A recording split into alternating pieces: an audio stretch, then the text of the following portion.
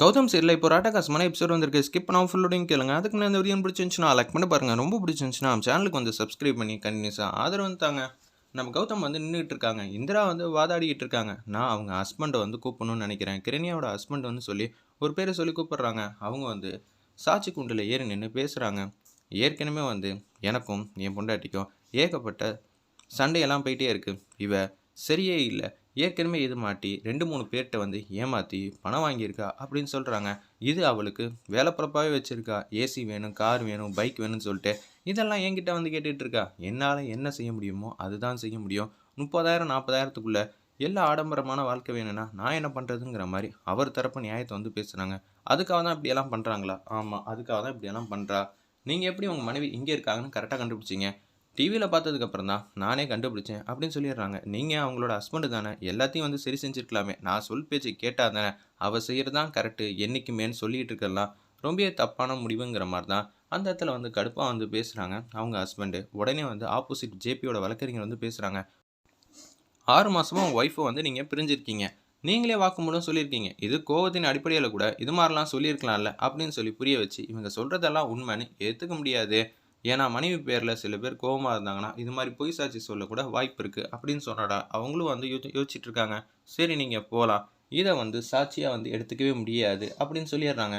சரிங்க, இந்த பேப்பர்லாம் இருக்குது பாருங்க அப்படின்னு சொல்லி ஏற்கனவே வந்து 2-3 பேர்கிட்ட வந்து பணம் வாங்கி மாட்டிக்கிட்டு உள்ளே போனது இது எல்லாத்தையும் வந்து ஆதாரம் பூர்வமாக வந்து கொடுக்குறாங்க அந்த இடத்துல நம்ம இந்திரா.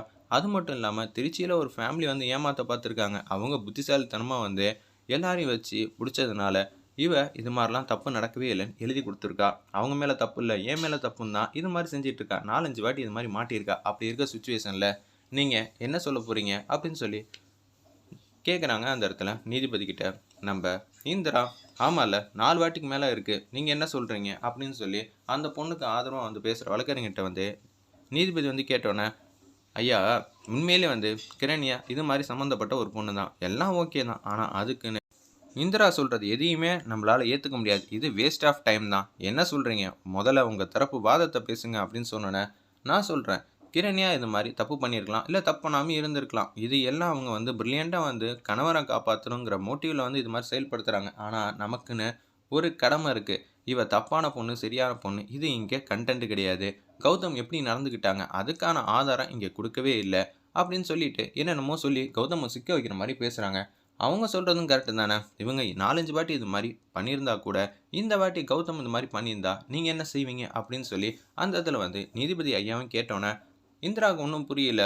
அப்படிங்களா, என் ஹஸ்பண்ட் கண்டிப்பாக பொய் சொல்லவே இல்லை. உண்மைக்கும் சத்தியத்துக்கும் ஏகப்பட்ட வித்தியாசம் வேல்யூ இருக்குது. ரெண்டுமே ஒன்று தானே. ஆமாம், ரெண்டுமே உண்மை தான். உண்மைங்கிறது எல்லாரும் சொல்கிறது, சத்தியங்கிறது யாரும் சொல்லாத நான் மட்டும் சொல்லி சத்தியங்கிற விஷயத்த வந்து உண்மையாக ஆக்க முயற்சி பண்ணிக்கிட்டு இருக்கேன். நீங்கள் உங்கள் ஹஸ்பண்டை காப்பாற்றுறதுக்கு ஏகப்பட்ட வேலையெல்லாம் செய்கிறீங்க. இது எல்லாம் நாங்கள் அப்ரிஷியேட் பண்ணுறோம். நீங்கள் இந்த அளவு வாதாடுவீங்க நாங்கள் நினச்சி கூட பார்க்கல. ஆனால் அதுக்குன்னு எல்லாத்தையும் உங்களுக்கு சாதகமாக திருப்பணுன்னா எப்படி? அதெல்லாம் நாங்கள் ஒத்துக்க மாட்டோன்னொன்னே கிரண்யா வந்து ஃபீல் பண்ணி அலுவலன் அழுவுற மாதிரி நடிக்கிறாங்க. என் கண்ணீருக்கு வேல்யூ இல்லையா, சத்தியம் இல்லையா, பொய்யா இருக்குது, தயவு செஞ்சு எனக்கு நீதி கிடைக்கணும் அப்படின்னு சொல்லிட்டு இருக்காங்க அந்த இடத்துல. உடனே வந்து கடுப்பாயிட்டாங்க நம்ம இந்திரா அந்த இடத்துல. அப்படிங்களா, சரி இந்த வீடியோ ஆதாரத்தை பாருங்கன்னு சொன்னோன்னே பார்க்குறாங்க. அந்த இடத்துல யாரோ ஒருத்தவங்க வந்து ஏதோ ஒன்று டான்ஸ் ஏதோ ஒன்று பண்ணிகிட்டு இருக்காங்க. அதுக்கு பின்னாடி கௌதம் ரூமில் அன்றைக்கி என்ன நடந்துச்சோ அது எல்லாத்தையும் தெள்ள தெளிவாக கிறிஸ்டல் கிளியராக வந்து தெரிஞ்சிருது. இதை பார்த்தோன்னு வந்து கடுப்பாயிட்டாங்க அந்த இடத்துல. சரி, தப்பு எங்கே நடந்துச்சு நல்லாவே தெரிஞ்சிச்சு. நீங்கள் இப்படியா பண்ணுவீங்க? உங்களுக்கு சந்தர்ப்பம் இருக்குங்கிறனால யாரை வேணாலும் வந்து ஏதாவது பண்ணலான்னு பார்த்தீங்களான்னு சொல்லி கிரண்யா வந்து கண்ணா அப்படின்னான்னு திட்டுறாங்க அந்த இடத்துல. ஜான்சி மூஞ்சி வந்து சின்னதாயிடுச்சுன்னே சொல்லலாம். ஐயோ நம்ம வந்து இப்படி பண்ணிட்டோமேங்கிற மாதிரி வருத்தப்படுறாங்க. இருந்தாலும் நம்ம தோற்று போயிட்டோமேன்னு தான் நினைக்கிறாங்க தவிர அவங்க தப்பு பண்ணிட்டோம்னு நினைக்கவே இல்லை அந்த இடத்துல நம்ம ஜான்சி. அது என்ன வீடியோன்னு பார்க்கலாமா அப்படின்னு சொல்லி அந்த இடத்துல வந்து ஜேபியோட வழக்கறிஞர் வந்து பார்க்குறாங்க. ஐயோ இதுக்கு மேலே இங்கே இருந்தால் அவ்வளோதான், நமக்கே வந்து பிரச்சனையாயிடுன்னு சொல்லிட்டு அமைதியாக அந்த வீடியோவை பார்த்துட்டு விட்டுறாங்க. ஜான்சி, நீங்கள் தான் வந்து இந்த கோர்ட் நேரத்தை வீணடிச்சிருக்கீங்க.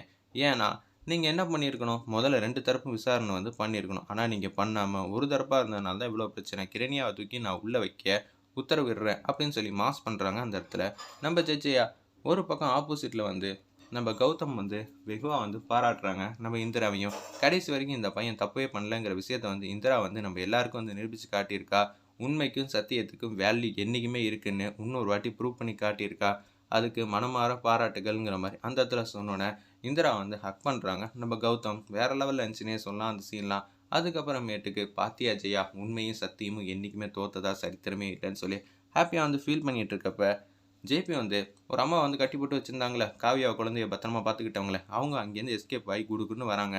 அதாவது இதுவும் நம்ம ஜேபியோட திட்டம் தான். ஏன்னா அந்த இடத்துல வந்து ஜெயாவோட பேத்தி எங்கே இருக்குன்னு தெரிஞ்சுக்கிறதுக்காக தான் இந்த அம்மாவை வந்து அவுத்துடுற மாதிரி செட்டப் பண்ணிட்டு அவங்க எல்லாம் பின்னாடியிலேருந்து ஃபாலோ பண்ணிக்கிட்டே இருக்காங்க.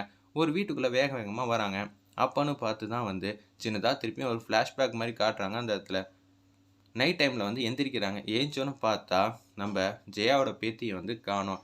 ஏன்டா அது காணாமல் போச்சு அப்படின்னு சொல்லி யோசிச்சுட்டு இருக்கப்போ தான் பக்கத்தில் இருந்தால் மனுஷனையும் காணோம். அப்போனா ஏதோ ஒரு தப்பு நடந்திருக்கு. இந்த விஷயத்தை நம்ம முதல்ல இந்திராவுக்கு ஃபோன் அடித்து சொல்லுவோம் தான். இந்திராவுக்கு ஃபோன் அடிக்கிறதுக்காக வந்து போயிருக்காங்க. 10-15 நாளுக்கு முன்னாடி வந்து ஃபோன் அடித்து பேசி இந்திரா வந்து வரப்போ வந்து அவங்க வந்து காணாம போனாங்களே, அந்த சீனை வந்து நமக்கு எல்லாத்துக்கும் காட்டுற மாதிரி காட்டியிருந்தாங்க. ஒரு பக்கம் என்னடா அது இப்போ வந்து பார்த்தாலும் இங்கே ஜெயாவோட பேத்தியை காணுமே, இப்போ என்ன பண்ணலாம் அப்படின்னு சொல்லி யோசிச்சுட்டு இருக்கப்ப அவங்க ஹஸ்பண்டுக்கு வந்து ஃபோன் பண்ணுறாங்க. அவங்க காலை வந்து கட் பண்ணிக்கிட்டே இருக்காங்க. ஒரு பக்கம் எண்ணெயெல்லாம் வச்சு குளிச்சு முடிச்சுட்டு கௌதம் மட்டும் மாசா வராங்க. சாமி கும்பிட்டுட்டு இருக்காங்க. இனிமேட்டு உனக்கு எந்த பிரச்சனையுமே வராதுப்பா, சந்தோஷமாக நிம்மதியாக வந்து இரு. முழுக்க முழுக்க காரணம் இந்திரா மட்டும்தான் இந்த பிரச்சனையிலேருந்து நம்ம வெளியில் வந்ததுக்கு. இப்படி சொன்னோன்னே வந்து கடுப்பாயிட்டாங்க நம்ம ராகினியும் கதிரும். அவங்க 2 பேர் சதித்திட்டத்தை இந்திரா வந்து முறியடிச்சதுனால அவங்க 2 பேர் கடுப்பில் வந்து இருக்காங்க. ஒரு பக்கம் அத்தை நீங்கள் எதுவும் கவலைப்படாதீங்க, இனிமேட்டு கௌதமுக்கு எந்த பிரச்சனையும் வராது அப்படின்னு சொல்லிட்டு இருக்காங்க. இனிமேட்டு சண்டை சச்சரவு எதுவுமே இந்த வீட்டில் வந்து வரவே கூடாது, நிம்மதியாக சந்தோஷமாக மட்டும்தான் இருக்கணுங்கிற மாதிரி ஜெயா வந்து அந்த இடத்துல பேசிகிட்டு இருக்காங்க. அப்போன்னு பார்த்து அந்த அம்மா வந்து அவங்க ஒய்ஃபுக்கு வந்து கால் பண்ணிகிட்டே இருக்காங்க, கட் பண்ணிக்கிட்டே இருக்காங்க. பக்கத்தில் வந்து ஜெயாவோட பேத்தி வந்து அவங்க தான் வச்சுருக்காங்க. அந்த இடத்துல என் மனைவி ஃபோன் பண்ணிக்கிட்டே இருக்கா, டேய் இதை கொடுத்துட்டு நிறைய அமௌண்ட்டோட வருவேன்னு சொல்கிறா அப்படின்னு சொல்கிறாங்க. உடனே அதே மாதிரி சொல்கிறாங்க, ஏய் தேவைலாம் பண்ணாத, அவங்கள்ட்டயே வந்து ஒப்படைக்கிறது தான் ரொம்ப நல்லதுங்கிற மாதிரி அந்த அம்மா வந்து பேசுகிறாங்க. எனக்கு தெரியும்டி, சும்மானு இரு. ஜேபி என்ன சொன்னார், நீ என்ன செய்கிற?